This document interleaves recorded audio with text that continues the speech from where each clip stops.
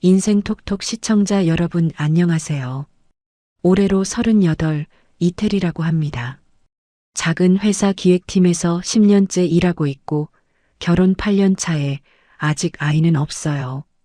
2달 전 저를 홀로 키우신 친정엄마를 암으로 보내드렸습니다. 49제를 마치고 집에 돌아온 그날 상복도 미처 갈아입지 못한 거실에서 시어머니가 등기부등본을 바닥에 내던지셨거든요. 평생 시장통 좌판에서 남을 다듬던 손으로 모으신 그 집을 시누이 신혼집으로 내놓으라고요. 그 모욕이 너무 또렷해서 오늘 이렇게 이야기를 들려드리게 되었어요. 이야기 시작 전 저희 채널을 구독해 주시면 오늘 하루 큰 행운이 가득하시길 빌겠습니다. 오늘의 사연 시작합니다. 49제가 끝난 오후 저는 친정엄마 아파트 거실 소파 끝에 앉아 있었습니다. 24평 작은 집이었고 베란다 창으로 들어오는 햇빛이 엄마가 늘 닦으시던 유리장에 부딪혀 부서지고 있더라고요. 상복은 아직 못 벗었고 양말도 검은색 그대로였어요. 무릎 위에는 절에서 받아온 향초 봉투를 올려두고 그냥 멍하니 거실 바닥만 보고 있었습니다. 엄마가 누워 계시던 안방문이 살짝 열려 있었어요. 그 문틈으로 엄마 냄새가 아직 났습니다. 시장에서 나물 다듬고 들어오시면 손끝에서 나던 풀냄새요. 30년을 그 좌판에 앉아 계셨으니 그 냄새가 쉽게 빠지겠어요. 상속 등기는 한 달 전에 마쳤습니다. 단독 상속인 자격으로 제 이름으로 깨끗하게 넘어와 있었어요. 그건 엄마가 마지막에 부탁하신 거였거든요. 테리야, 이 집은 내 거야. 누구한테도 넘기지 마. 네가 꼭 지켜. 병상에 누워서 손을 떨면서 2번이나 그러셨어요. 저는 그때 그게 무슨 뜻인지 잘 몰랐습니다. 그냥 엄마가 정신이 흐려져서 그러시나 보다 했죠. 그런데 그 의미를 30분 뒤에 알게 됐어요. 현관 도어록이 거칠게 눌리는 소리가 났습니다. 삑삑삑. 자판이 부서질 듯이 누르는 소리였어요. 문이 열리고 시어머니 이정숙 씨가 먼저 들어오셨습니다. 그 뒤에 시누이 박유영이 따라 들어왔고요. 2사람은 인사도 없이 신발도 제대로 벗지 않고 거실로 성큼 올라왔습니다. 여기 있었네. 사람 기다리게 해놓고 넌 참 편하다. 시어머니 목소리에는 슬픔이 없었어요. 친정엄마 영정 사진이 아직 거실에 모셔져 있는데 그쪽으로는 눈길도 안 주시더라고요. 어머니, 비밀번호를 왜 마음대로 누르세요? 왜긴 왜야? 네가 예전에 알려줬잖아. 며느리 친정집이 뭐 남의 집이니? 알려드린 적 있죠. 8년 전 신혼 때 엄마 한번 모셔다 드리려고요. 그게 이렇게 쓰일 줄은 몰랐어요. 시누이는 뒤에서 손가락으로 거실을 휙휙 가리키고 있었습니다. 엄마, 여기 도배 싹 해야겠다. 장판도 촌스럽고 부엌도 낡았어. 신혼집 느낌이 하나도 안 나. 저는 일어서지도 못하고 그 2사람을 올려다봤어요. 머리가 멍해서 무슨 말부터 해야 할지 입이 떨어지지 않더라고요. 시어머니가 들고 온 서류 봉투에서 종이 한 장을 꺼내셨어요.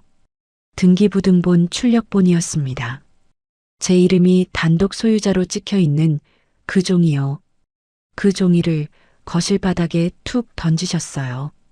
이거 다음 주 안에 유영이 명의로 돌려놔. 질질 끌 생각하지 말고. 저는 그 종이를 한참 동안 쳐다봤습니다. 무슨 말씀인지 처음에는 이해가 안 갔어요. 지금 뭐라고 하셨어요? 유영이 다음 달 결혼하는 거 알지? 신혼집 없이 시집 보내면 우리 집 체면이 뭐가 되니? 너는 친정엄마도 돌아가셔서 이 집 비었잖아. 산 사람이 써야지. 둘째한테 내놔. 양보. 그 말이 귀에 박혔어요. 어머니, 이 집은 제 엄마가 평생 모은 집이에요. 테리야. 그때 현관 쪽에서 남편 박재영의 목소리가 들렸습니다. 따라 들어와 있었더라고요. 그 사람은 신발장 옆에 비스듬히 기대선 채로 저랑 눈도 안 마주치고 있었어요. 또 예민하게 굴지 말고. 하나뿐인 내 동생 일이잖아. 가족끼리 이 정도는 해줄 수 있잖아. 목소리에 힘이 없었어요. 어머니를 말리는 사람도 아니고 저를 편드는 사람도 아니고 그냥 어딘가에 묻어가려는 사람 같았습니다. 여보, 당신도 지금 같은 생각이야? 누나 시집갈 때도 우리가 도와줬잖아. 유영이한테도 그 정도는 해줘야지. 당신 혼자만 가족인 척 빼지 마. 누가 도와줬다는 건지요. 저희 친정엄마는 좌판 한 평 놓고 평생을 사신 분입니다. 결혼식 때 축의금 받은 거 전부 저한테 돌려주셨어요. 한 푼도 안 쓰시고요. 그 사람도 다 알면서 그러는 거였어요. 신우이는 그 사이에 안방 문을 벌컥 열고 들어갔어요. 여기 장롱 뭐야? 너무 낡았잖아. 오빠, 사람 불러서 빨리 빼. 이런 거 두면 집이 죽어.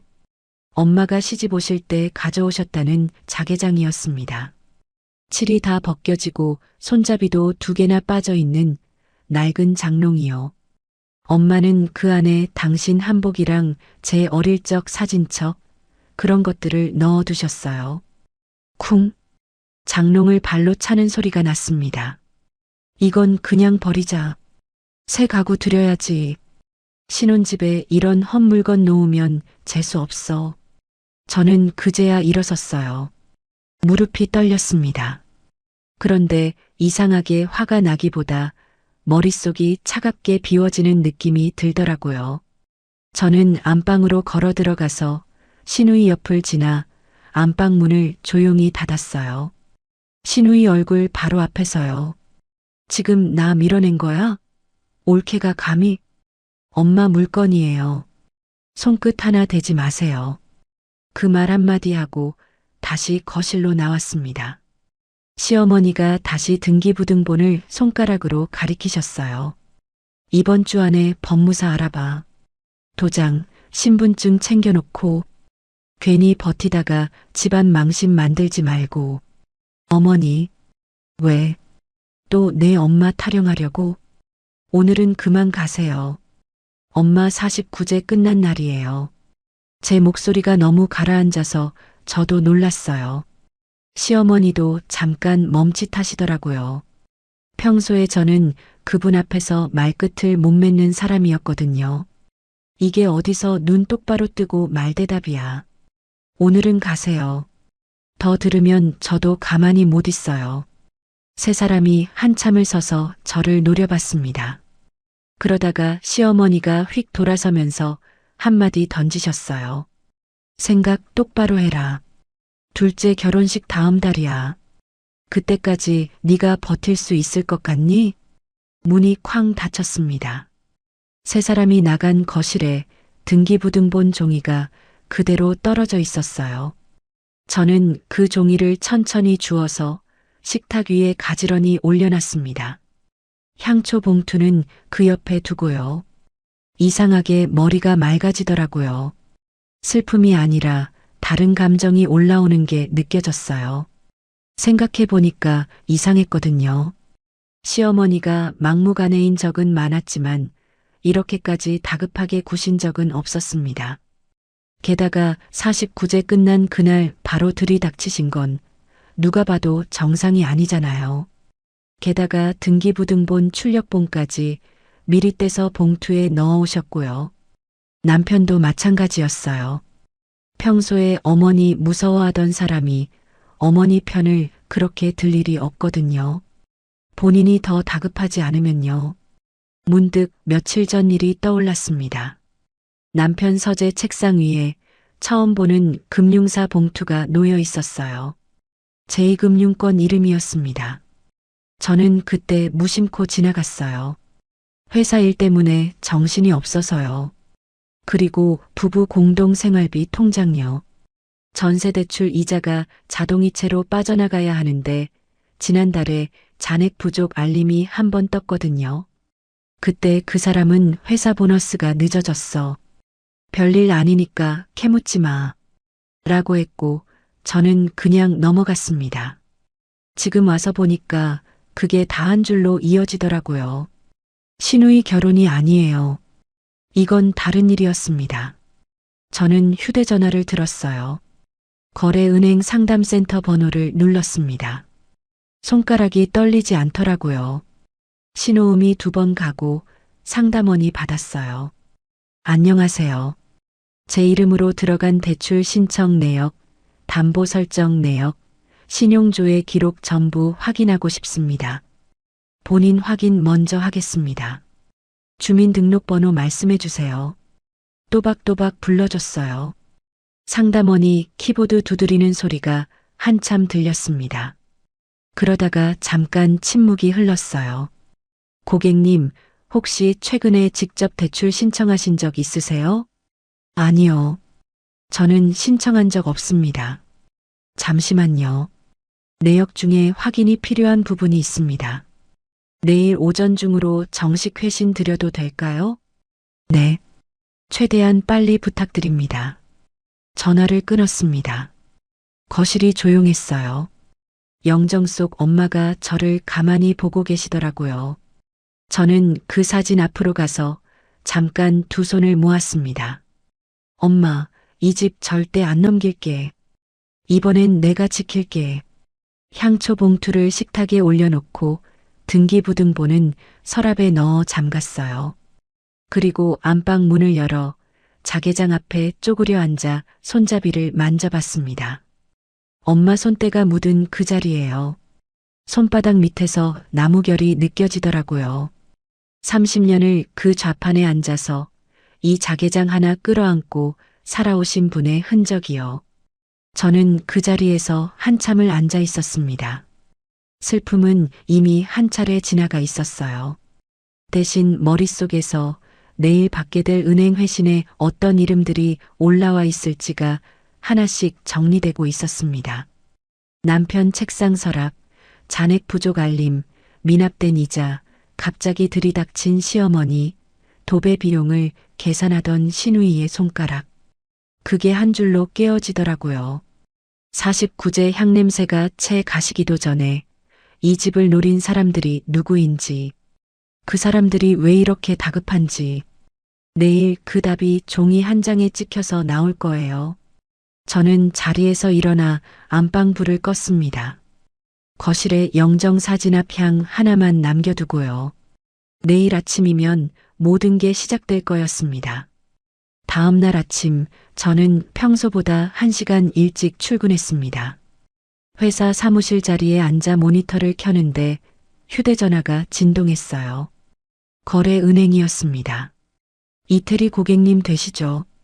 어제 신청하신 본인 명의 조회권 회신 드리려고요. 네, 말씀하세요. 고객님 명의로 지난주 금요일에 담보대출 사전심사 한 건이 접수돼 있습니다. 그리고 6개월 안에 다른 금융사 2군데에서 신용조회 기록이 떠 있고요. 직접 신청하신 거 맞으세요? 아닙니다. 수화기 너머에서 상담원이 잠깐 침묵했어요. 고객님, 그러면 명예 도용 가능성이 있어서요. 정식 신고 접수하시면 사전심사건은 바로 보류 처리되고 추후 본인 동의 없는 대출 진행 자체가 막힙니다. 진행하시겠어요? 진행해 주세요. 부탁드립니다. 전화를 끊고 한참을 가만히 앉아 있었어요. 어떤 그림인지 윤곽이 보이더라고요. 누가 한 짓인지도요. 신우이 결혼이 아니라 처음부터 그 사람이 짜놓은 일이었던 거예요. 점심시간이 다 되어갈 무렵 회사 보안 데스크에서 인터폰이 왔습니다. 이태리 사원님, 외부에서 어머님 되신다는 분이 오셨는데요. 급한 일이라고 하셔서 가슴이 한번 쿵 내려앉았어요. 어제 은행에서 보류 처리된 게 금융사 통지로 그 집에 들어갔겠죠. 그 사람이 어머니한테 달려갔을 거고 그래서 어머니가 여기까지 오신 거였습니다.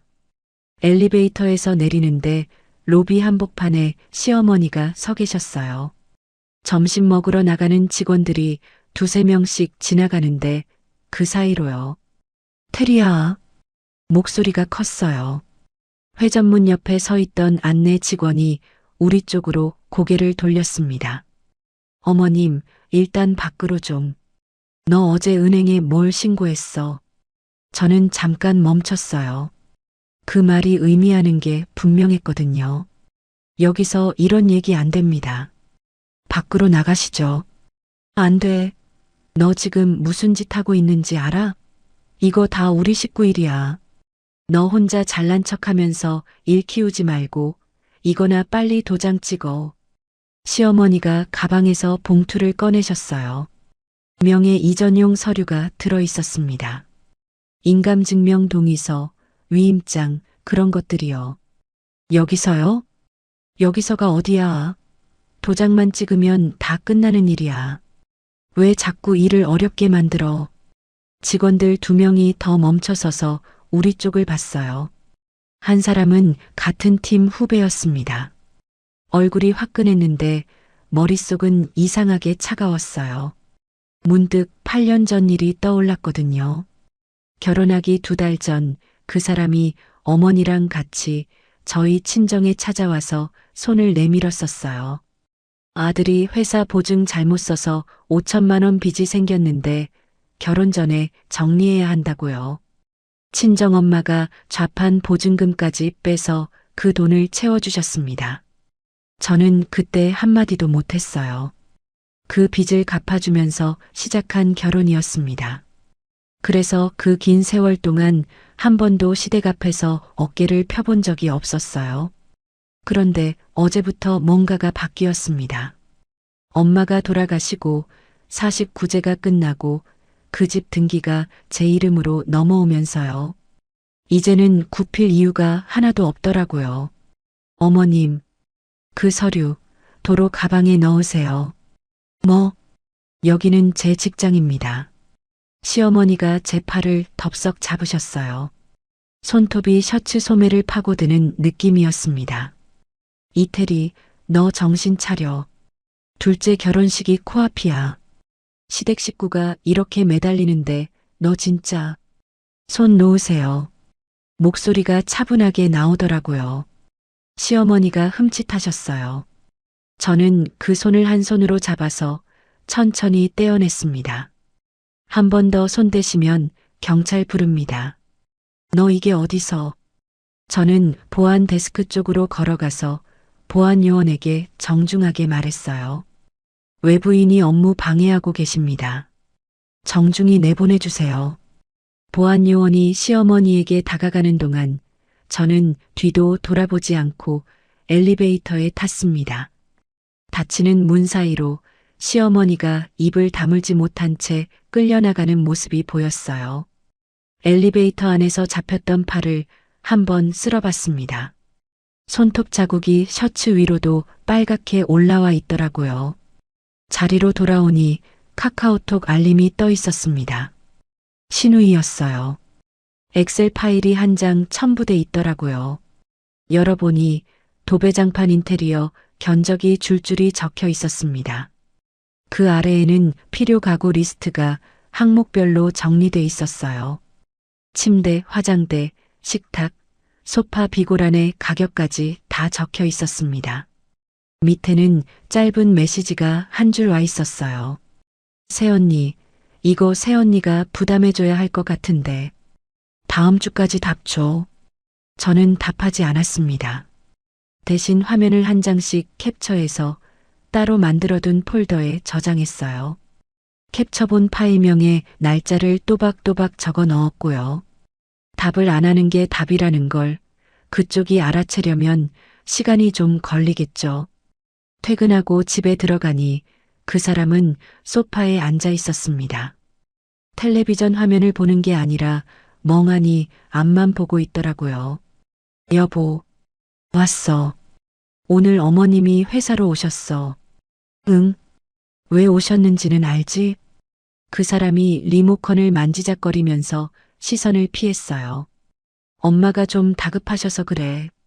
동생 결혼 코앞이고 전세대출 이자 3개월 밀린 거 알아? 리모컨을 만지던 손이 멈췄습니다. 그게 왜? 이번 달이 80만 원이고 3개월이면 그 2배가 넘어. 자동이체 안 되고 있더라. 통장 잔액 부족이라서. 회사에서 보너스가 좀 늦게 들어와서. 그럼 회사 월급은 어디로 가고 있어? 그 사람이 잠깐 입을 다물었어요. 그러다가 갑자기 목소리를 높이더라고요. 야, 너 지금 뭐 하는 거야? 동생 신혼집 얘기 나오니까 갑자기 통장까지 뒤져. 너 동생 질투하냐? 질투. 그 단어가 거실 공기에 잠깐 떠 있었어요. 저는 그 사람 얼굴을 가만히 봤습니다. 본인이 무슨 말을 했는지 아는 것 같았어요. 시선을 피하더라고요. 평소 같았으면 화가 났을 거예요. 그런데 그 순간엔 화가 안 났습니다. 대신 머릿속에 한 줄이 또렷하게 그어졌어요. 이 사람은 지금 뭔가를 감추고 있다. 본인이 약점 있는 사람이 갑자기 큰 소리치는 법이거든요. 그 사람 평생의 습관이었습니다. 미안. 내가 좀 예민했나 봐. 저는 한 발 물러서는 척했어요. 그 사람이 안심하라고요. 피곤하지. 들어가자. 그 사람이 한번 길게 한숨을 쉬더니 안방으로 들어갔습니다. 밤 12시가 넘었을 때 안방에서 코 고는 소리가 들렸어요. 저는 거실에서 한참을 가만히 앉아 있다가 발소리를 죽이고 서재로 들어갔습니다. 책상 위는 평소처럼 어수선했어요. 회사 서류, 영수증, 광고 우편물. 그 사이로 며칠 전에 봤던 금융사 봉투가 또 끼어 있었습니다. 서랍을 열었어요. 첫 번째 칸은 문구류, 두 번째 칸은 공과금 영수증, 세 번째 칸이 잠겨 있더라고요. 열쇠가 어디 있을지 잠깐 생각하다가 책상 밑 자석 클립통을 들어봤어요. 거기 있었습니다. 늘 그 자리에 있던 곳이에요. 서랍을 열었습니다. 안에는 우편물이 한 뭉치 쌓여 있었어요. 카드사 명세서, 캐피탈 안내문, 그리고 그 사이에 끼어 있는 하얀 봉투 하나. 봉투 겉에 내용 증명이라고 도장이 찍혀 있었습니다. 봉투를 열었어요. 제2금융권에서 보낸 3억 원 대출 원리금 연체 독촉장이었습니다. 기한 안에 정리하지 않으면 담보 설정과 법적 절차를 진행한다는 경고문도 있었고요. 보낸 날짜는 3주 전이었습니다. 친정엄마 49제 한참 전이에요. 이 빚을 메우려고 향냄새가 채 식기도 전에 그 집을 노린 거였습니다. 저는 그 독촉장을 들고 한참을 서 있었어요. 손이 떨릴 줄 알았는데 안 떨리더라고요. 대신 머릿속에서 차례차례 해야 할 일이 정리되고 있었어요. 울 시간이 아니었습니다. 무너질 시간도 아니었어요. 무너지면 이 집이 사라지니까요. 저는 독촉장을 다시 봉투에 넣어 원래 자리에 그대로 두었습니다. 서랍을 잠그고 열쇠를 자석 클립통에 그대로 돌려놓고요. 서재 문을 닫고 나오는데 거실 영정 속 엄마가 보였어요. 저는 그 앞에 잠깐 섰습니다. 엄마, 이제부터는 제가 모아야 해요. 화내지 말고 울지 말고 하나씩 모아야 해요. 엄마 사진이 가만히 저를 보고 계셨습니다. 그 눈빛이 꼭 그래라 하시는 것 같았어요. 거실 불을 끄고 휴대전화를 들어 메모장에 한 줄씩 적기 시작했어요. 모아야 할 것, 알아봐야 할 곳, 만나야 할 사람. 이 집을 지키기 위한 목록이 그날 밤 처음으로 한 장 쓰였습니다. 다음 날 점심시간, 저는 반차 대신 점심시간을 1시간만 길게 잡고 친정엄마 집으로 향했습니다. 회사에서 차로 30분 거리였어요. 엘리베이터 안에서 저는 가방에서 새 비밀번호를 적어둔 메모지를 꺼냈습니다. 엄마 생신 날짜로 잡았어요. 4월 12일. 현관 앞에 서서 도어록 카드를 위로 밀고 관리자 메뉴를 열었습니다. 옛 번호를 입력하고 새 번호로 2번 입력. 삑 하는 소리와 함께 빨간 불이 한 번 깜빡였어요. 이걸 진작했어야 했는데 49제 끝난 그날 들이닥치는 거 보자마자 했어야 했는데 그 마음이 들었지만 그 늦은 하루 때문에 지금 보게 될 진짜 그림이 있다는 것도 알았습니다. 문을 열고 들어갔어요. 엄마 향이 아직 났습니다. 그 풀냄새요. 저는 신발을 벗고 거실로 천천히 들어갔습니다.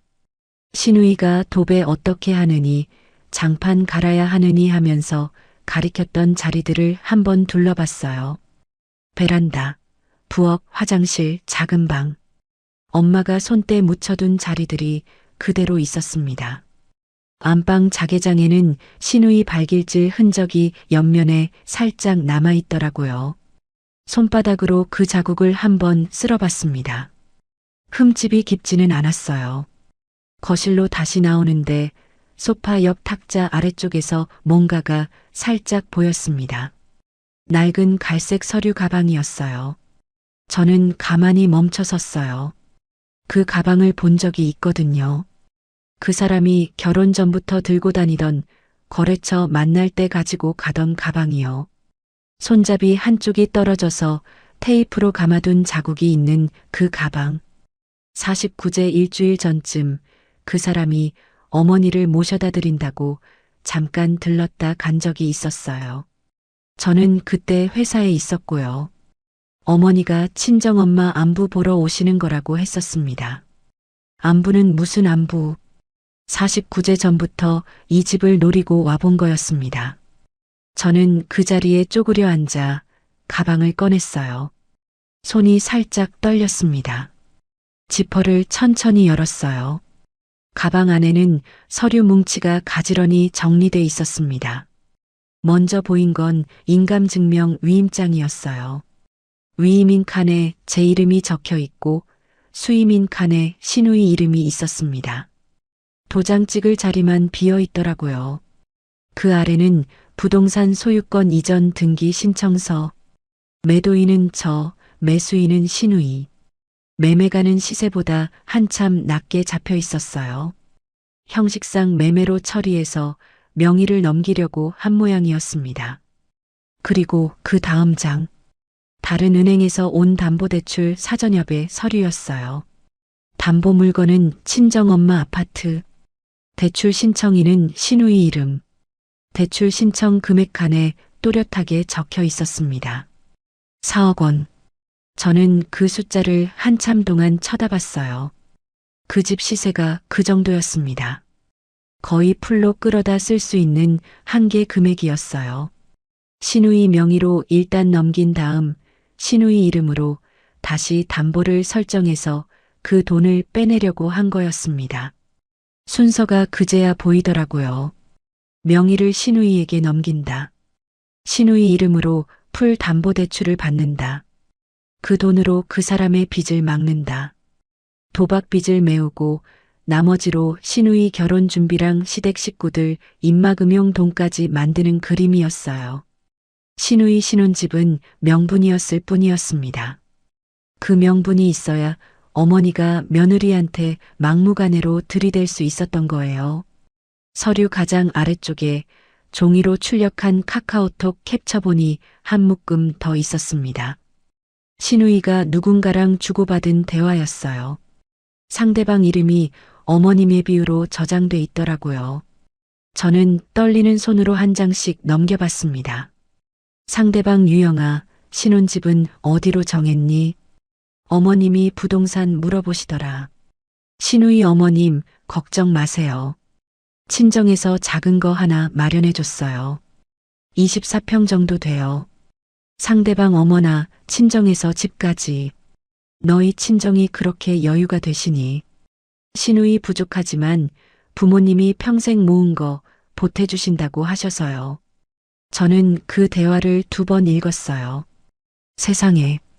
친정엄마가 평생 시장 좌판에서 모으신 그 집을 신우이가 자기 친정에서 마련해준 자가 신혼집이라고 예비시댁에 거짓말을 해놨더라고요. 그러니 시댁 식구들이 어머니까지 동원해서 그렇게 다급하게 들이댄 거였습니다. 결혼식 전에 이 집을 시누이 명의로 못 넘기면 시누이는 거짓말이 들통나서 파혼당하니까요. 시어머니, 그 사람 시누이. 셋이 다 알고 짠 일이었어요. 누구 하나 모르고 있는 사람이 없었습니다. 저는 서류를 모두 거실 바닥에 펼쳐놓고 그 가운데에 한참을 앉아 있었어요. 이상하게 화가 안 났습니다. 화 대신 다른 게 올라왔어요. 엄마가 떠올랐거든요. 엄마는 마지막 한 달 병원 침대에서 자꾸 미안하다고 하셨어요. 모르핀 때문에 정신이 흐려질 때마다 제 손을 잡고 그러셨습니다. 테리야, 엄마가 미안하다. 엄마가 좀 더 못 모았어.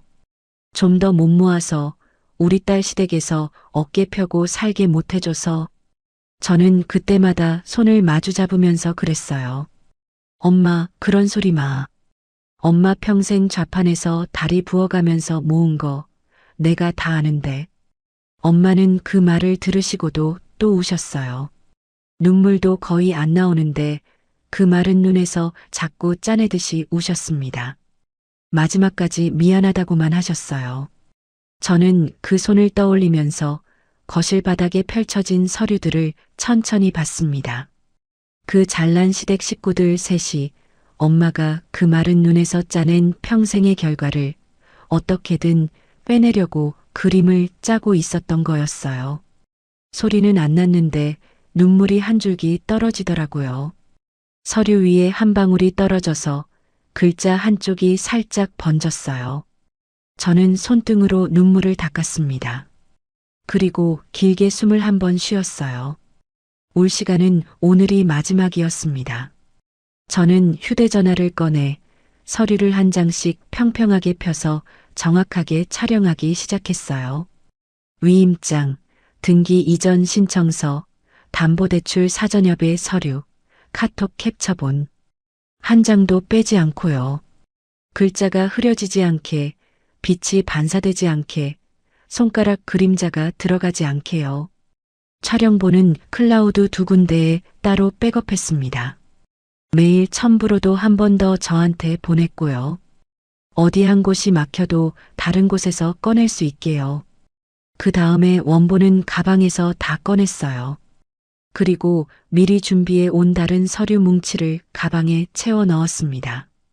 회사 출력실에서 폐기 직전이던 종이를 비슷한 두께만큼 가져온 거였어요. 겉에서 보면 들고 갔을 때 무게도 비슷하고 모양도 비슷하게요. 가방 지퍼를 닫고 원래 있던 탁자 아래쪽에 그대로 밀어 넣었습니다. 위치가 어긋나지 않게요.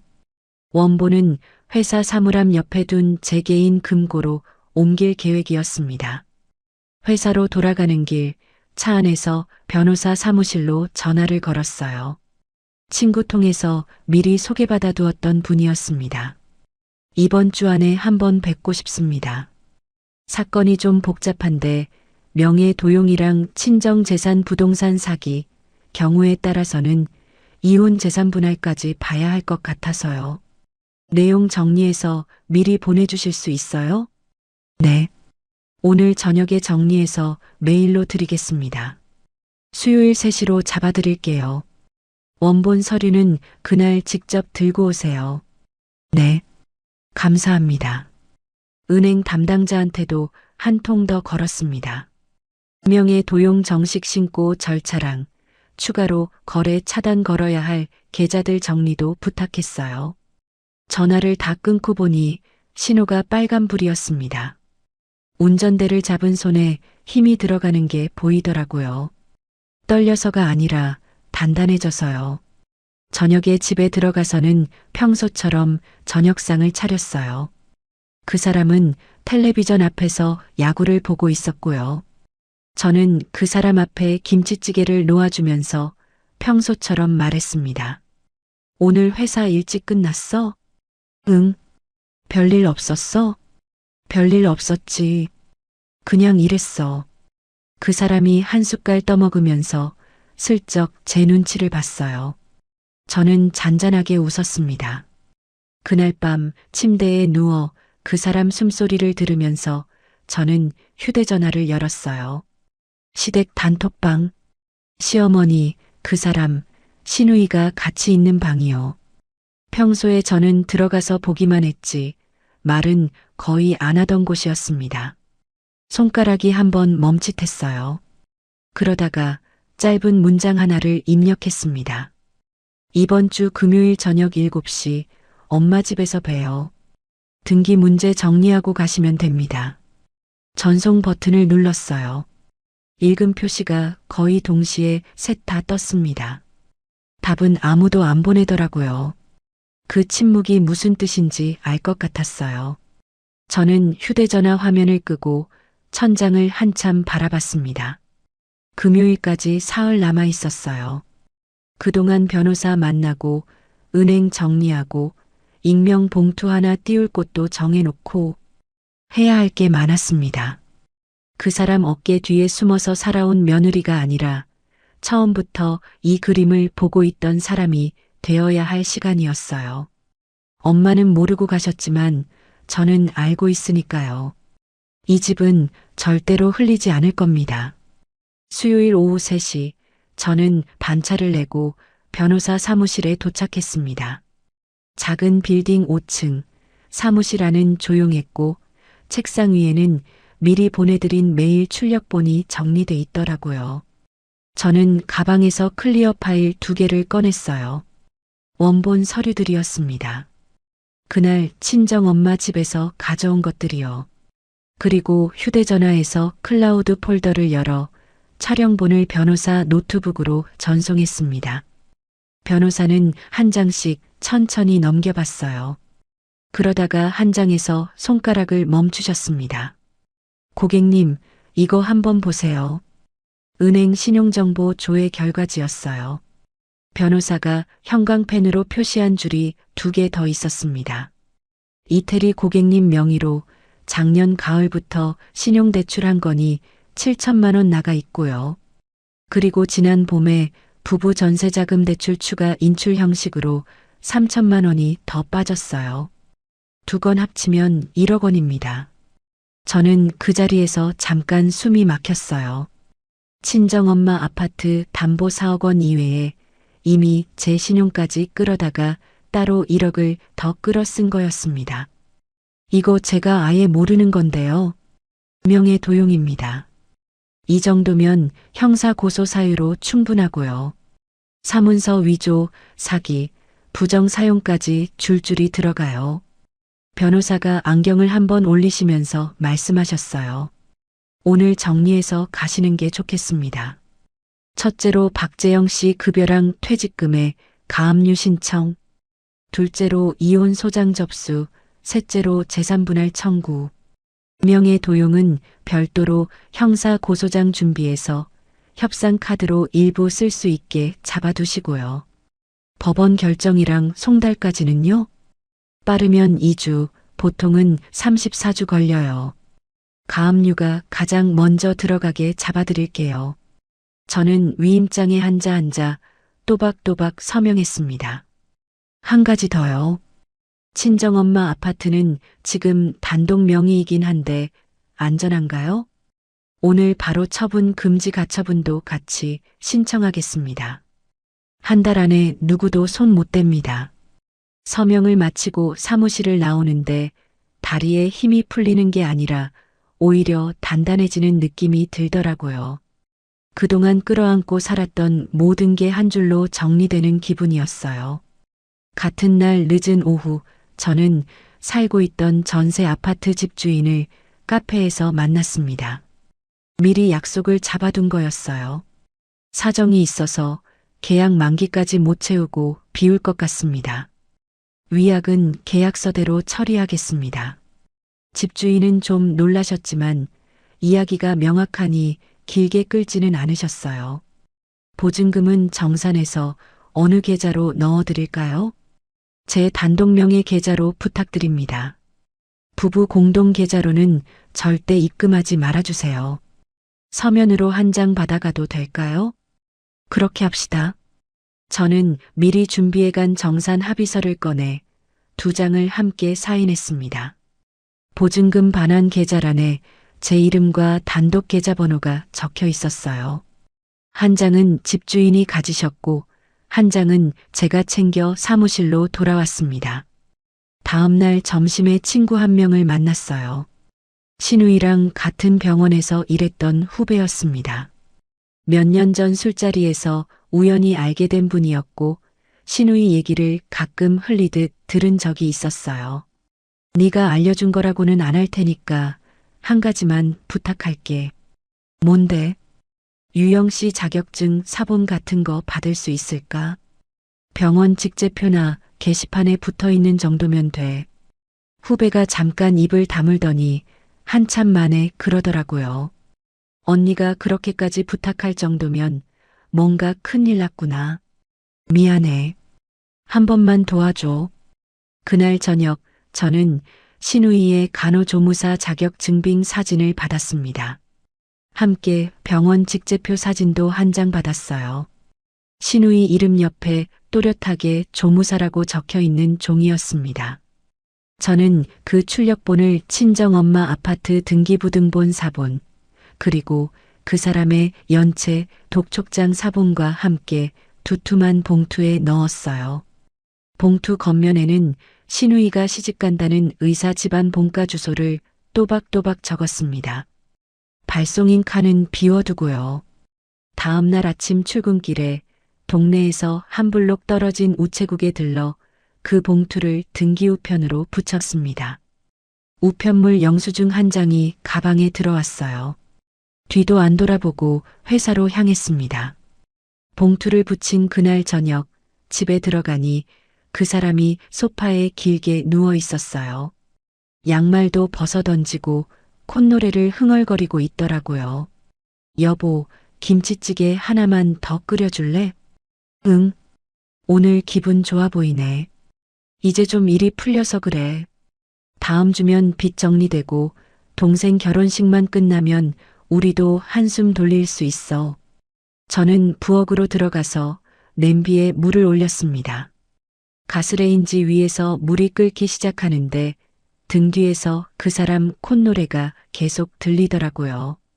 뒤를 돌아보지는 않았어요. 김치를 썰면서 도마 옆 거울로 그 사람 뒷모습을 한번 봤습니다. 한쪽 다리를 흔들면서 휴대전화로 뭔가를 보고 있더라고요. 김칫국부터 마신다는 게 어떤 모습인지 그 순간 정확히 봤어요. 저는 김치찌개를 끓여 평소처럼 상을 차렸습니다. 그 사람이 한 숟갈 떠먹으면서 한마디 더 했어요. 우리 와이프가 그래도 김치찌개는 최고지.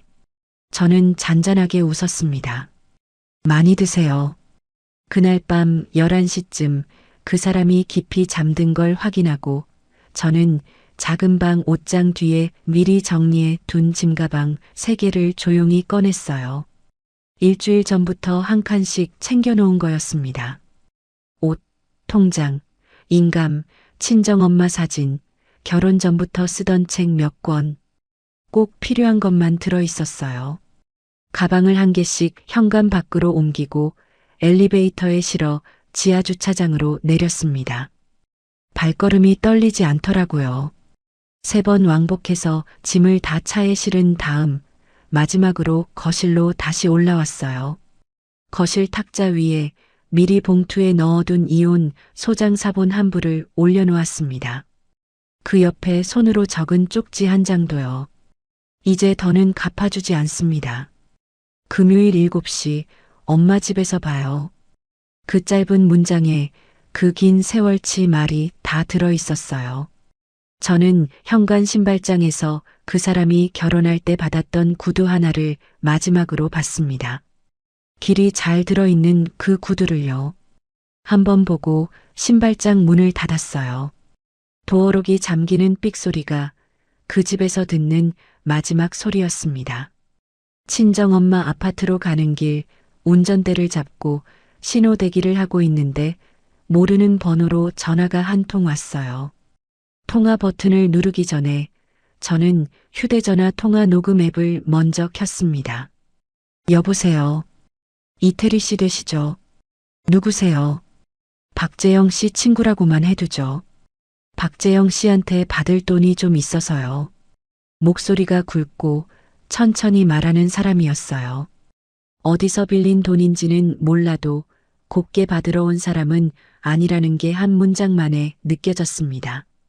아내분이시니까 일 크게 안 만들고 정리하려는데 어떻게 생각하세요? 제가요? 부부 사이에 돈은 한 주머니잖아요. 다음 주 안에 일부라도. 한 가지 알려드릴게요. 저는 신호가 초록불로 바뀐 걸 보면서 천천히 입을 열었습니다.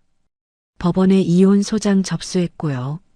박재영 씨 명의 도용건으로 형사고소도 준비돼 있어요. 그 사람 부부 공동 자산은 가압류 들어가고 있고 저는 따로 단독 명의 자산만 보호되도록 정리 끝났습니다. 상대방이 잠깐 침묵했어요. 그러니까 저한테 연락하셔도 받아들일 게 하나도 없습니다.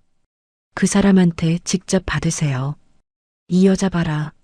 한 번 더 전화 오시면 이 통화 녹음 그대로 경찰에 넘기겠습니다.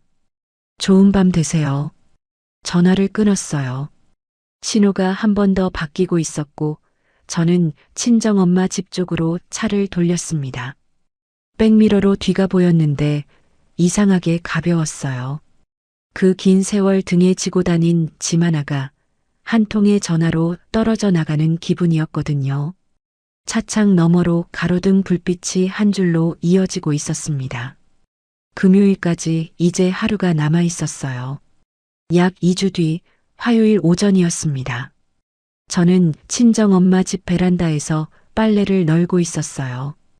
햇볕이 좋아서 빨래가 마르는 냄새가 거실 안쪽까지 들어왔습니다.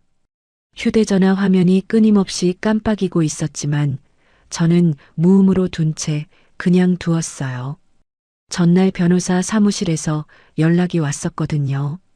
법원에서 가압류 결정이 어제 송달됐습니다. 오늘 박재영 씨 회사로 통지가 들어가요. 급여 계좌랑 퇴직금까지 묶입니다. 확인됐습니다. 그날 오후 변호사 사무실에서 한 번 더 통화가 들어왔어요. 박재영 씨가 오전에 인사팀에 불려갔다고 들었습니다. 가압류 통지서랑 같이 명예 도용 정황도 사내 컴플라이언스 라인에 함께 올라가 있는 모양이에요. 품위 유지 위반으로 징계위 회부 검토 들어간답니다. 그렇군요. 한 가지 더요.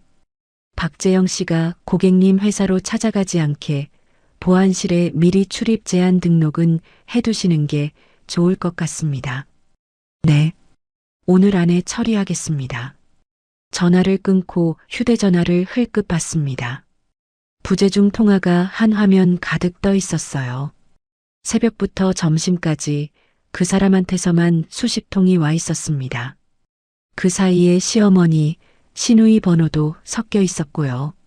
문자도 한 다발이었어요. 처음에는 전화 좀 받아라였다가 점점 길어지면서 내가 잘못했다. 한 번만 만나자로 바뀌어 있었습니다. 가장 최근 것에는 욕설이 섞여 있었고요.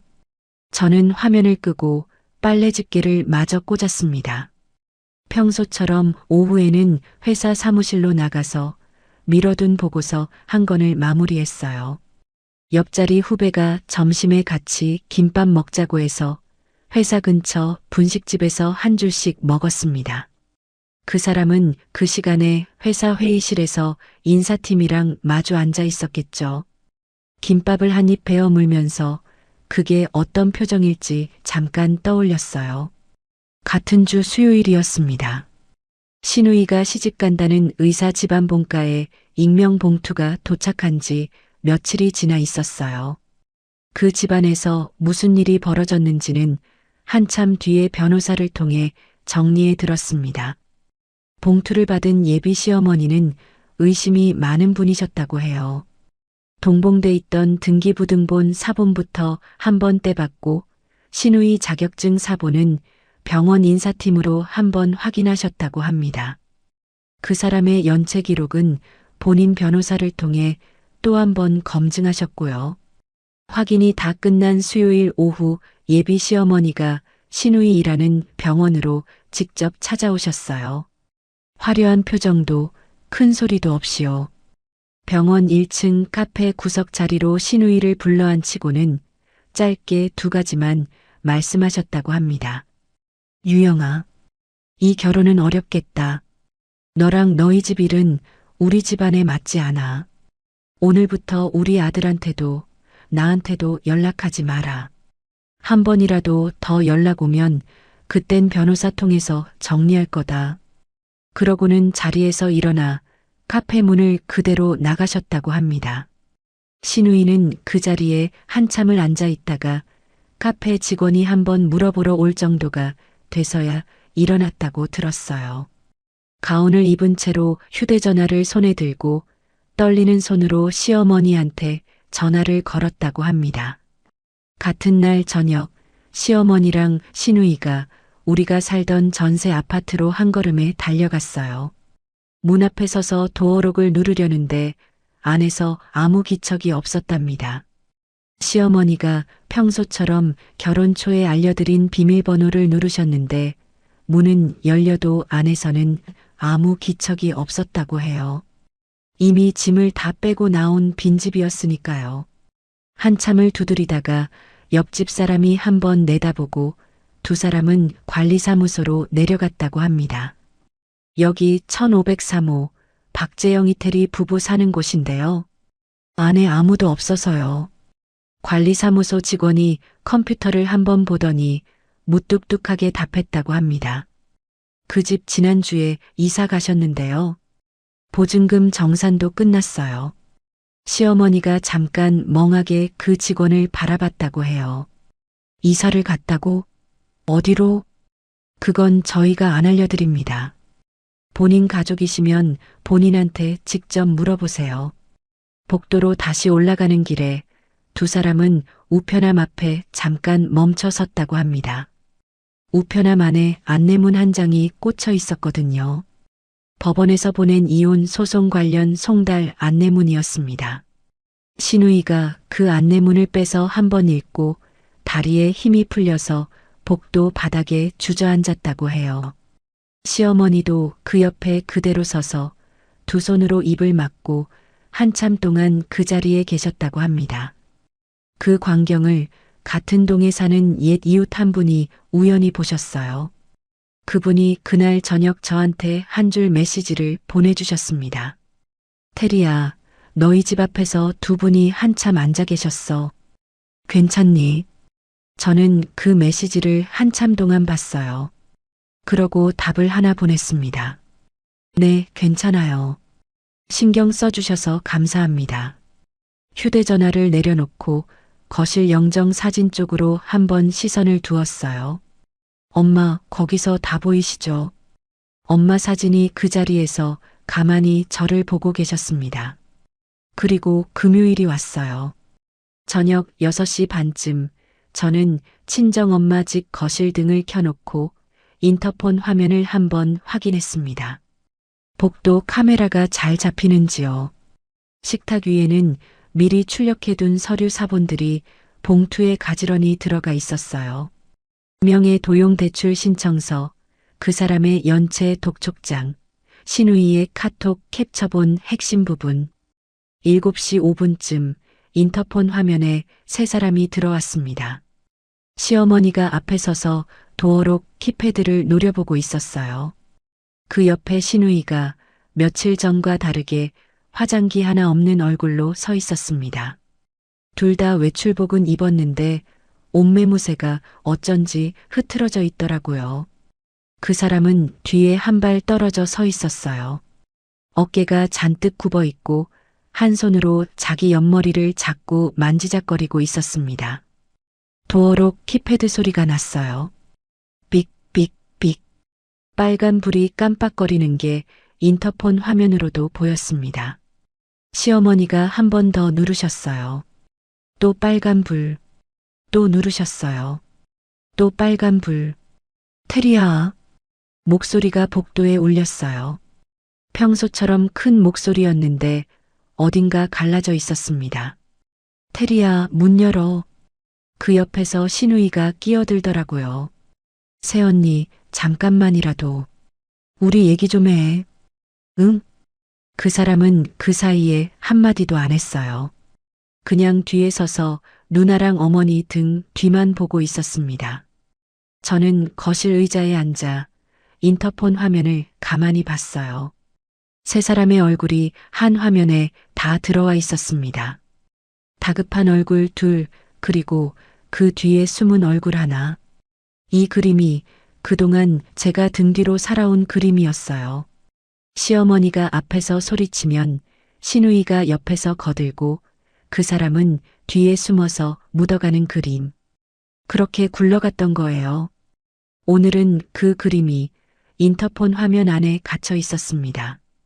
저는 식탁으로 가서 미리 준비해둔 봉투를 들었어요. 그리고 천천히 현관으로 걸어갔습니다. 문 손잡이를 잡고 살짝, 정말 살짝 열었어요. 사람이 들어올 수 있는 폭이 아니라 한 손이 겨우 빠져나갈 폭만요. 테리야. 시어머니가 그 틈으로 손을 밀어 넣으려 했어요. 저는 한 발 뒤로 물러서면서 손에 든 봉투를 거꾸로 들었습니다. 봉투 안의 서류들이 복도 바닥으로 우수수 떨어졌어요. 그 사람의 명의 도용대출 신청서, 4억 원이 적힌 담보대출 협의서, 제2금융권에서 보낸 연체 독촉장 사본, 그리고 신우이의 카톡 캡처본. 종이가 복도 바닥에 흩어지는 동안 저는 그 틈으로 한 줄을 던졌습니다. 이게 등기 문제예요, 어머님. 보고 정리해서 가세요.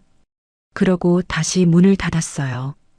도어록이 잠기는 소리가 인터폰 화면 너머로 세 사람의 얼굴 위에 떨어졌습니다. 문이 닫히고 1분쯤 지났을까요? 복도에서 부산스러운 소리가 났어요. 종이가 바스락거리는 소리, 누가 발을 동동 구르는 소리, 그리고 시어머니의 갈라진 목소리. 이게 다 뭐야? 저는 인터폰 화면을 봤습니다. 그 사람이 복도 바닥에 엎드리다시피 한 자세로 흩어진 종이들을 허둥지둥 주워 담고 있었어요. 손이 떨리는 게 화면으로도 보이더라고요. 한 장 줍다가 다른 장이 떨어지고 또 줍다가 또 떨어지고 그 옆에서 시어머니가 한 장을 빼앗아 들고 글자를 들여다보고 계셨고요. 저는 거실로 가서 거치대에 휴대전화를 꽂고 카메라 녹화 버튼을 눌렀습니다. 그리고 다시 현관으로 돌아와 도어록을 한 번 더 풀었어요. 문을 이번에는 좀 더 열었습니다. 사람이 한 명 들어올 수는 없지만 제가 복도로 보일 만큼은요. 여보. 그 사람이 고개를 들었어요. 종이 한 장을 손에 든 채로요. 오늘은 어머님이랑 동생만 보내고 들어가지. 동생 질투하는 거 아니니까 사실 확인이나 하고 가세요. 그 사람 손이 잠깐 멈췄어요. 시어머니가 그 옆에서 영문도 모르고 저랑 그 사람을 번갈아 보고 계셨고요. 테리야, 너 무슨 소리? 어머님. 저는 시어머니 쪽으로 눈을 돌렸습니다. 평소처럼 떨리던 목소리가 아니라 한자 한자 또박또박 끊기는 목소리가 나오더라고요. 바닥에 떨어진 그 종이 한번 읽어보세요. 우리 친정엄마 아파트 신우이 명의로 넘긴 다음 거기에 풀로 담보 잡아서 큰 돈을 빼내려고 작성한 서류예요. 신청인 칸에 누구 이름이 있는지 도장 자리에 누구 인감이 있는지 한번 보세요. 시어머니가 손에 든 종이를 떨면서 다시 들여다보셨어요. 유영아, 이게 너 명의로? 옆에 서 있던 신우이가 화들짝 놀라서 한 발 물러섰습니다. 엄마, 그건 그냥 형식적으로. 형식적으로? 저는 한 발 더 나가서 말했어요. 형식적으로 명의 넘기는 거 아니에요. 명의가 신우이 앞으로 가는 순간 그 집은 신우이 거고 그 집에 새로 잡힌 담보로 빠진 돈은 전부 그 사람 빚 메우는 데 들어갈 거였어요. 그 사람 빚이 얼만지는 어머님이 모르셨겠지만요. 시어머니가 다시 그 사람 쪽으로 천천히 고개를 돌리셨습니다. 재영아, 너 빚이 얼만데? 너 무슨 빚 있는데? 그 사람이 종이를 든 채로 입을 다물었어요. 시어머니가 두 발짝 다가가셨습니다. 얼만데? 말 안 해? 그 사람 입에서 작은 목소리가 새어나왔어요. 3억이요. 복도에 한순간 정적이 흘렀습니다. 세상에, 너 도박이지. 너 또 도박했지. 엄마, 진정 좀. 진정? 너 우리 집안 다 망쳐놨어. 사돈집 유산까지 손 떼려고 했어? 우리 집안에서 그런 짓을 해? 시어머니가 그 사람 멱살을 양손으로 움켜잡으셨습니다. 평생 자기 아들 편만 들던 그 손이 자기 아들 셔츠를 비틀어 잡고 흔드는 거였어요. 신우이가 그 옆에서 갑자기 울음을 터뜨리더라고요.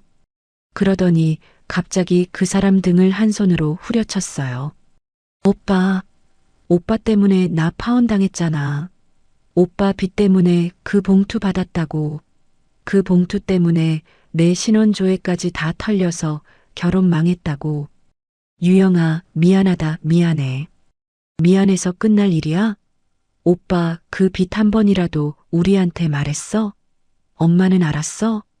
몰랐어. 내가 그걸 어떻게 아니? 엄마는 왜 새언니한테 그렇게 들이댔어? 오빠 말만 듣고. 복도 한가운데서 며칠 전까지 한편이던 세 사람이 서로 잡고 흔들고 후려치고 있었습니다. 종이는 그 발 밑에서 짓밟히고 있었고요. 저는 그 광경을 가만히 봤어요. 거실안 카메라가 그대로 돌아가고 있다는 걸 한번 확인하고요. 인터폰 화면도 같은 그림을 잡고 있었습니다. 그러다가 시어머니가 갑자기 저쪽으로 휙 돌아서더니 제가 살짝 닫아둔 현관문을 발로 차기 시작하셨어요. 테리, 너 나와.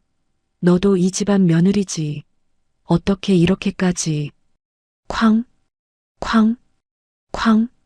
복도 옆집에서 누가 한번 문을 열고 내다보는 게 보였어요. 저는 그제야 천천히 문을 한 번 더 닫고 휴대전화를 들었습니다. 11 누리번을 눌렀어요. 네, 신고합니다. 주거지 현관 앞에서 가족 구성원 3명이 소란을 피우고 있고요. 시어머니가 제 현관문을 발로 차고 계세요. 이혼 소송 중이고 출입 거부 의사 명확히 밝힌 상태입니다. 주소는 신고하는 동안에도 현관에서 발길질 소리가 한 번 더 났어요. 옆집 사람이 그제야 복도로 나와 한마디 하시는 게 카메라에 잡혔습니다. 여기 좀 조용히 하세요. 지금 몇 시인 줄 아세요? 시어머니가 그 옆집 분한테까지 한마디 하시려다가 신우이가 옆에서 어머니 팔을 잡아 끌었어요. 엄마, 그만. 그만. 10분쯤 지나서 경찰차 한 대가 도착했습니다. 인터폰 화면에 두 분의 경찰관이 복도에 올라오는 모습이 보였어요. 저는 그제야 문을 열고 복도로 나갔습니다. 신고하신 분이세요? 네, 제가 했습니다. 경찰관 한 분이 세 사람한테 신분증을 보여달라고 요청하셨어요. 시어머니가 또 한마디 하려고 했지만 다른 한 분이 정중하게 끊으셨습니다. 어머님, 일단 신분 확인부터 하겠습니다. 여기는 신고자분 주거지이고요. 들어오시면 주거 침입에 해당될 수 있습니다. 저는 경찰관에게 변호사 사무실에서 받아둔 서류 한 부를 건넸어요.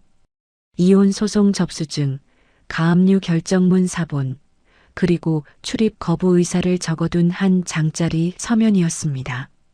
이혼 소송 중이고요. 이쪽 세 분은 가족 구성원이지만 제 단독 명의 주거지에 대한 출입 권한이 없습니다.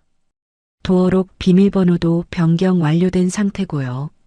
경찰관 한 분이 서류를 한번 살펴보시고 세 사람 쪽으로 돌아서서 단호하게 말씀하셨어요. 세 분 모두 일단 이 자리에서 나가셔야 합니다. 더 머무르시면 주거침입 현행범으로 처리됩니다. 그 사람이 그제야 저한테 한 발 다가오면서 사정을 하려고 했어요. 테리야, 한 번만, 진짜 한 번만. 박재영 씨, 경찰관이 그 사람 어깨를 가볍게 잡았어요. 여기는 현장입니다. 본인 입장은 다른 자리에서 정리하세요. 그 사람이 저를 한 번 봤어요. 저는 그 사람 눈을 마주보지 않았습니다. 그 사람의 어깨 너머 복도 바닥에 흩어져 있는 그 종이들을 봤어요.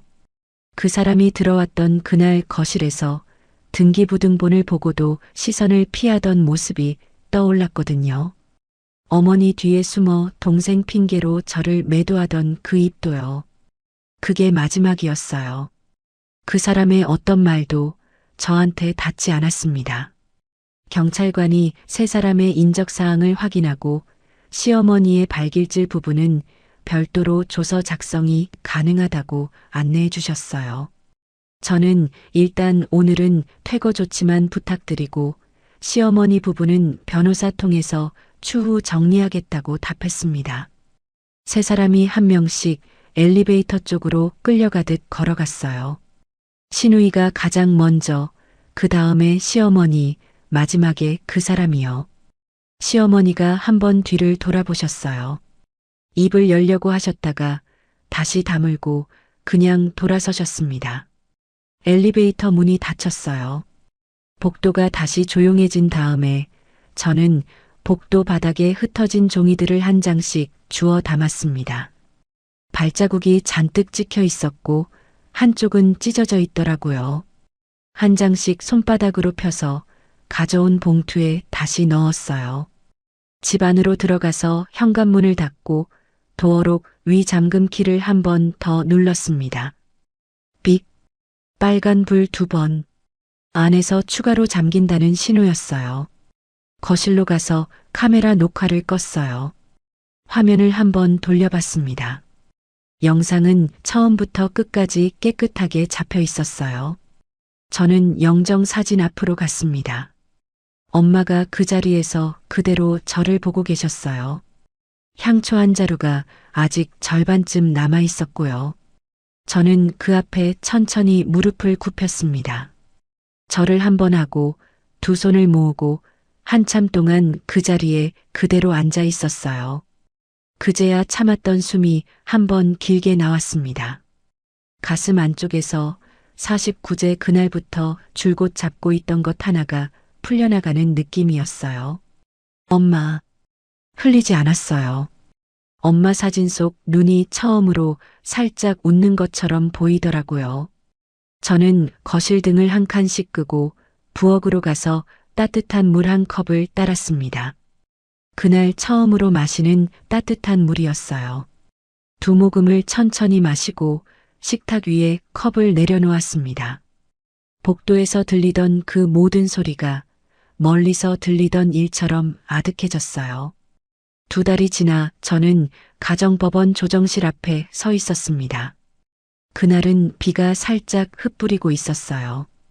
변호사가 옆에서 한번 우산을 접어주시고 저는 조정실 안으로 먼저 들어갔습니다. 조정위원이 2분, 가운데 책상 위에 서류 한 다발이 정리돼 있었어요. 자리에 앉아 잠깐 기다리니 문이 한번 열리고 그 사람이 들어왔습니다.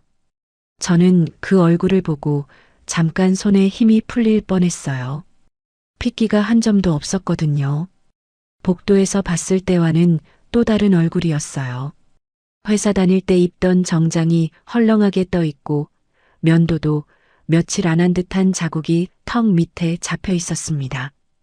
양복 소매 끝에는 보풀이 일어 있었고요. 회사에서는 징계 끝에 권고사직으로 정리됐다고 변호사 통해서 들었어요. 퇴직금은 가압류 절차 안에 묶여서 본인 손에는 한 푼도 들어오지 않은 상태였고요. 그 와중에 사채업자들이 본인한테만 추심을 집중하기 시작했다는 얘기도 들었습니다. 부부 공동 자산 쪽으로는 회수가 막히고 시댁 식구들은 빚사실이 드러난 뒤 아들이랑 손절한 상태였으니까요. 그 사람 변호사가 옆에서 한번 짧게 인사를 건넸어요. 그 사람은 인사도 안 하고 저쪽 의자에 앉아 서류만 들여다봤습니다. 손이 살짝 떨리고 있더라고요. 조정위원이 천천히 진행을 시작하셨어요. 이혼 청구권이고요. 재산분할이랑 위자료, 명예도용 관련 형사 고소 부분까지 한 번에 정리하기로 양측 협의가 돼 있는 걸로 알고 있습니다. 네, 맞습니다. 저쪽 변호사가 책상 위에 한 장짜리 서류를 한 번 더 올려놨어요. 그 사람 쪽에서 미리 작성해 온 권리 포기 각서였습니다. 본인 박재영은 친정 상속 재산 일체에 대한 권리를 주장하지 않으며 부부 공동명의 자산 정산 결과에 이에 제기하지 않을 것을 약속함. 조항이 길었어요. 한 줄씩 짚어가며 변호사가 설명해 주셨고 저는 한자 한자 천천히 확인했습니다. 그 사람도 한번 읽어 내려갔어요. 그러다가 마지막 칸 도장 찍는 자리에서 한 번 손이 멈췄습니다. 저 한 가지만요. 목소리가 갈라져 있었어요. 명예 도용 부분, 형사는 안 가실 거죠? 일부 취하해 주신다고 들었는데요. 네. 저는 책상 너머로 또박또박 답했어요. 권리 포기 각서에 서명하시고 부부 공동 자산 정산 끝까지 협조해 주시면 명예 도용 관련 형사 고소는 일부 취하로 정리하겠습니다. 단독 명의로 빠져 있는 신용대출이랑 전세자금 대출 부분은 본인이 본인 명의로 정리하시는 조건이고요. 그 사람이 한번 고개를 끄덕였어요.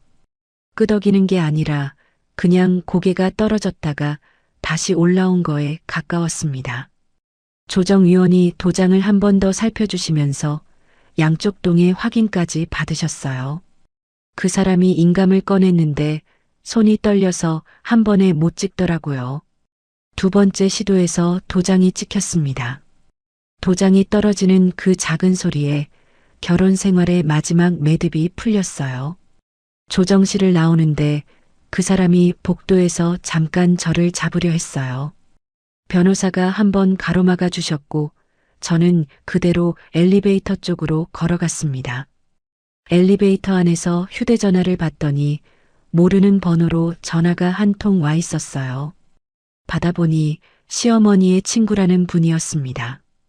테리야, 그래도 시어머님이신데 한 번만 만나줄 수는 없겠니? 아들 빚 일부라도 좀 갚아주면 안 되겠냐고 하시더라. 저는 잠깐 듣다가 정중하게 끊었어요. 죄송합니다. 저는 이혼이 정리됐고요. 그 부분은 변호사 통해서 정식으로 연락 주세요. 전화를 끊고 변호사 사무실로 한 번 더 통화해서 그쪽 번호도 차단 대상에 올려달라고 부탁했습니다. 다음 날 오후 회사 보안 데스크에서 인터폰이 또 한 번 왔어요. 한 번 더 들었을 때 가슴이 내려앉지 않더라고요. 그냥 또 오셨구나 싶더라고요. 이태리 사원님, 어머님 되신다는 분이 또, 네. 출입 제한 대상 명단에 그 이름 등록돼 있는 거 확인 부탁드려요. 정중히 안내하시고 응하지 않으시면 외부 안전 요청 부탁드립니다.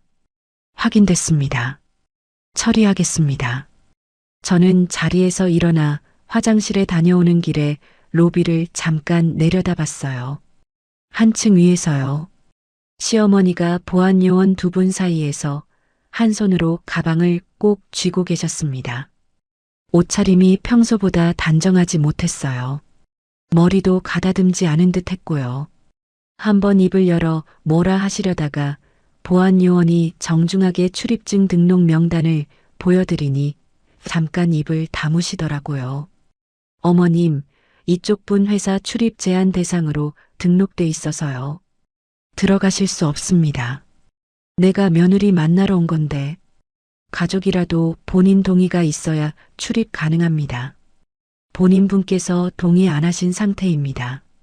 시어머니가 보안요원 뒤로 저를 한번 봤어요. 저는 그 시선을 마주보지 않고 그대로 돌아 사무실로 들어갔습니다. 다시는 그분이 회사로 찾아오시지 않았어요. 비슷한 시기 신우이도 일하던 병원에서 자리를 정리했다고 들었습니다. 신분 사칭이 예비시댁 쪽 인맥을 통해 의료계 안에 한 줄로 돌았고 직제표상, 본인 직급보다 부풀려 행세하던 정황까지 인사팀에 들어가 있었다고요. 정식 징계가 들어가기 전에 본인이 사표를 냈다고 들었어요. 그 뒤로 신우이는 오빠 빚 일부를 떠안기로 시어머니랑 합의했다고 합니다. 가족회의에서 결정된 게 아니라 사채업자들이 신우이 직장이랑 시어머니 주소까지 다 알아낸 상태에서 양보할 부분을 양보한 거였어요. 신우이는 그 뒤로 낮에는 작은 검진센터 사무보조로 밤에는 편의점에서 일하기 시작했다고 들었습니다. 시어머니랑 신우이는 살던 집에 보증금을 빚 일부에 보태느라 도시 외곽 작은 월세방으로 옮기셨어요. 한 칸짜리 방이라고 들었습니다. 평생 아들 자랑을 입에 달고 사시던 시어머니가 그 좁은 방 한 칸에서 처음으로 본인 살림을 직접 줄여가셨다고 해요.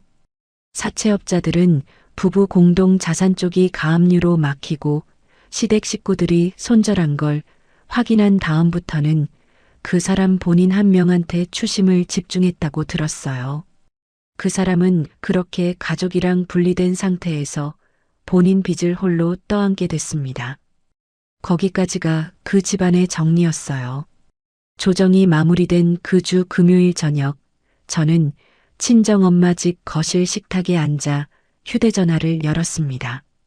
시댁 단톡방이 그대로 남아 있었어요. 시어머니, 그 사람 신우이. 세 사람의 프로필 사진이 한 칸씩 차지하고 있었습니다.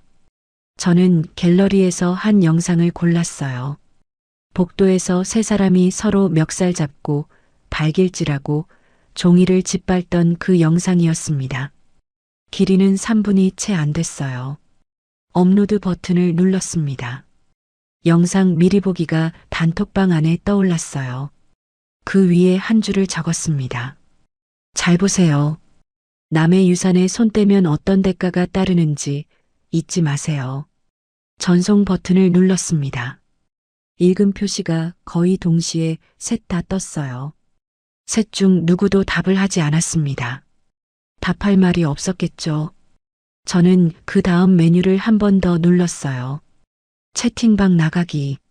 확인을 누르는 그 한 번의 손가락 움직임에 그 긴 세월 짊어진 시댁이 화면에서 한 번에 사라졌습니다. 그 다음에는 연락처를 열었어요. 시어머니 이름, 그 사람 이름, 신우이 이름. 그 옆에 시동생 2명, 사돈댁 분들 몇 명까지 줄줄이 저장돼 있었습니다. 결혼하고 한 명씩 받아 적은 번호들이었어요. 한 명씩 누르고 삭제를 눌렀습니다.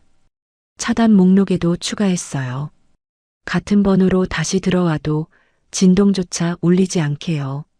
연락처에서 시댁 식구의 이름이 한 명도 안 보일 때까지 그 작업이 한 30분 정도 걸렸습니다. 마지막 한 명을 지우고 저는 휴대전화 화면을 한번 길게 봤어요.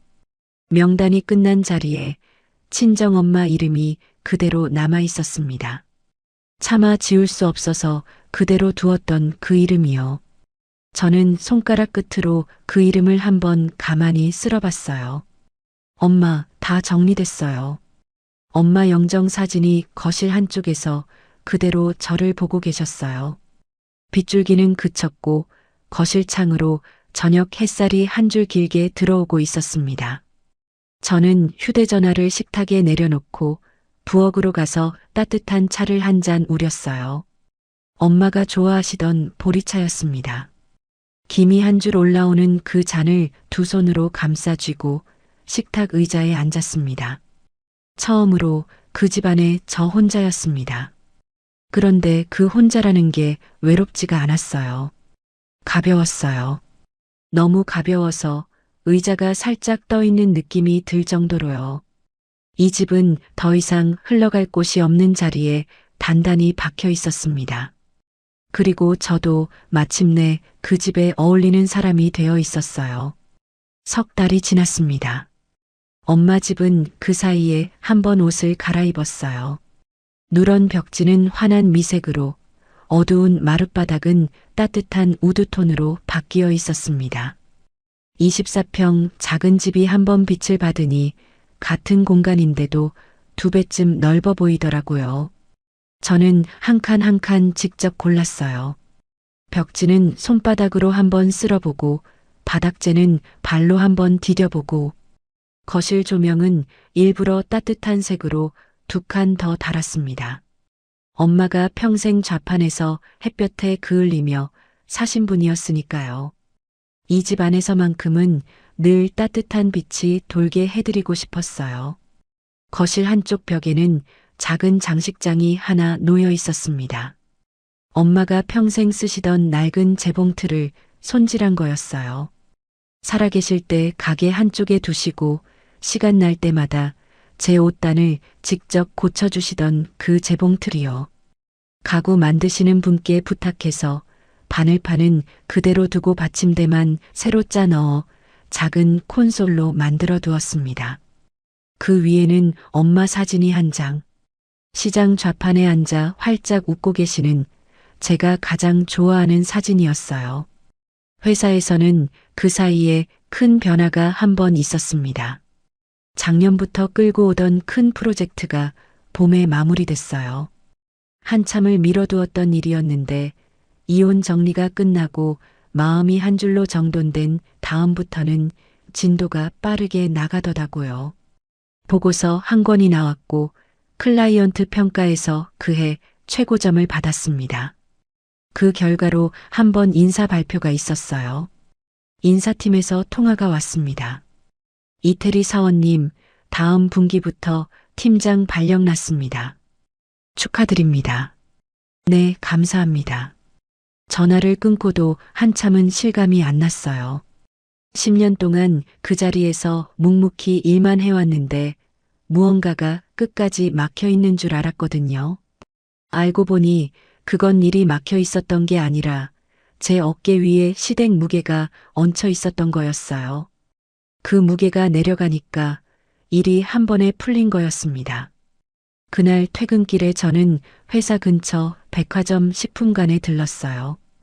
평소에는 마트 할인 코너에서 한참을 들여다보고 골랐던 사람이었는데 그날만큼은 진열대 사이를 천천히 걸었습니다. 신선한 송로향이 살짝 도는 치즈 한 조각, 작은 빵집의 호밀빵 한 덩이, 그리고 와인 코너 앞에 한참 서 있었어요. 드시는 분 따로 계신가요? 아니요. 저 혼자 마실 거예요. 그러시면 이쪽 가벼운 화이트는 어떠세요? 식사 안 하셔도 부담 없으세요. 병 라벨이 깔끔한 와인 한 병을 골랐습니다. 가격을 한번 봤는데 평소에는 그냥 지나치던 칸이었어요. 그날은 망설이지 않고 카드를 내밀었습니다. 종이 가방을 한 손에 들고 백화점을 나오는데 어깨가 가벼웠어요. 평생 누구를 위해서 골라본 적은 많았지만 저 자신만을 위해 골라본 건 그날이 거의 처음이었거든요. 같은 시각 도시 외곽의 한 칸짜리 월세방에서는 다른 풍경이 흐르고 있었다고 들었습니다.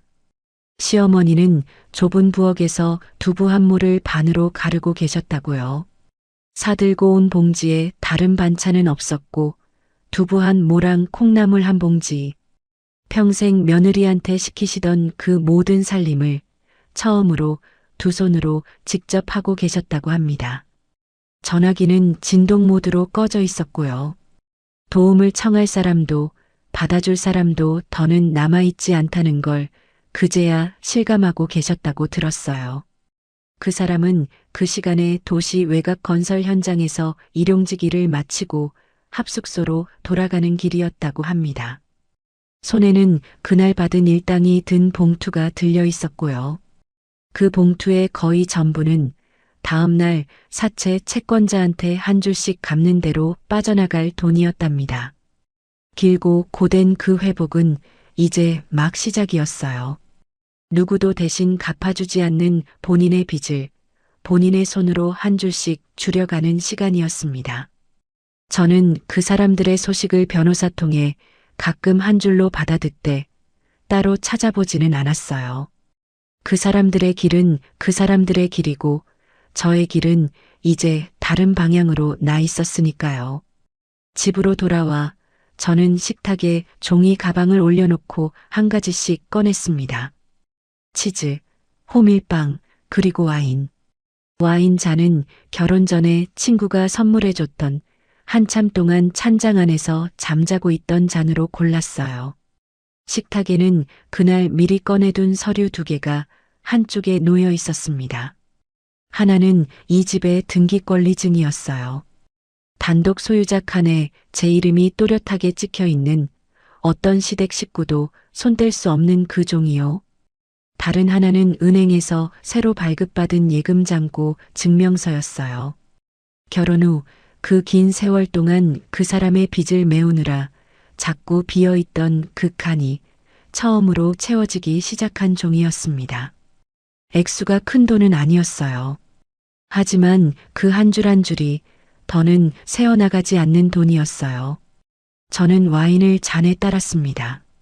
노을빛이 거실 창으로 들어와 와인 색이랑 한결로 섞이더라고요. 천천히 한 모금을 마셨습니다. 입안에서 차가운 산미가 한번 돌고 목구멍 아래로 따뜻하게 내려갔어요. 그날 처음으로 누구의 눈치도 보지 않고 마시는 한 잔이었습니다. 거실 한쪽 영정 사진 속 엄마가 그 자리에서 가만히 저를 보고 계셨어요. 엄마, 같이 한잔해요. 저는 잔을 영정 쪽으로 살짝 기울여 한번 보여드렸습니다. 엄마 사진 속 눈이 그 자리에서 환하게 웃고 계신 것 같았어요. 시장 좌판에 앉아 활짝 웃으시던 그 얼굴, 그대로요. 49제 그날, 같은 거실에 저는 검은 상복을 입고 주저앉아 있었습니다. 향초 봉투를 무릎 위에 올려두고 어디로 가야 할지 몰라서 그냥 멍하니 거실 바닥만 보고 있던 그날이요. 그 자리에 지금은 환한 실내복 차림으로 와인 잔 한쪽 끝을 손가락으로 가볍게 두드리며 앉아 있는 사람이 있었어요. 같은 거실이었는데 다른 공간이었습니다. 같은 사람이었는데 다른 사람이었어요. 3달 전에 무릎이 떨려서 일어서지 못했던 저는 더 이상 거기에 없었습니다. 그 긴 세월치 한숨이 단단히 묶여있던 어깨도 시댁 도어록 비밀번호를 알려준 그 손도 명의를 도용당한 줄도 모르고 살았던 그 며느리도 다 거기에 없었어요. 대신 단독명의 등기권리증을 손바닥 위에 올려놓을 줄 아는 사람이, 채권자 전화를 통화 녹음과 함께 받아넘길 줄 아는 사람이, 회사 로비에서 외부인 출입 제한을 단호하게 부탁할 줄 아는 사람이 거기 있었습니다. 엄마는 마지막에 흘리지 말아라고 하셨어요. 그 말씀이 처음에는 집을 흘리지 말라는 뜻인 줄 알았는데 지금 와서 보니 다른 뜻이 한결 더 있었습니다. 너 자신도 흘리지 마라. 누가 너를 헐값에 가져가게 두지 마라. 그런 뜻이었어요. 저는 그제야 그 2가지 다 안 흘렸다는 걸 알았습니다. 창밖으로 노을이 한 줄 길게 떨어지고 있었어요. 거실 안쪽으로 따뜻한 색 조명이 한 칸씩 켜졌고요. 저는 와인 한 모금을 더 천천히 마셨어요. 그리고 식탁에 놓인 등기권리증을 한번 손바닥으로 쓸어봤습니다. 그 옆 잔고 증명서도요. 종이 2장이 식탁 위에 가지런히 놓여 있었습니다. 그 둘이 지금의 저였어요. 엄마가 30년을 그 좌판에 앉아 다리 부어가며 모으신 자리. 그 자리에서 떨어져 나갈 뻔한 종이 한 장.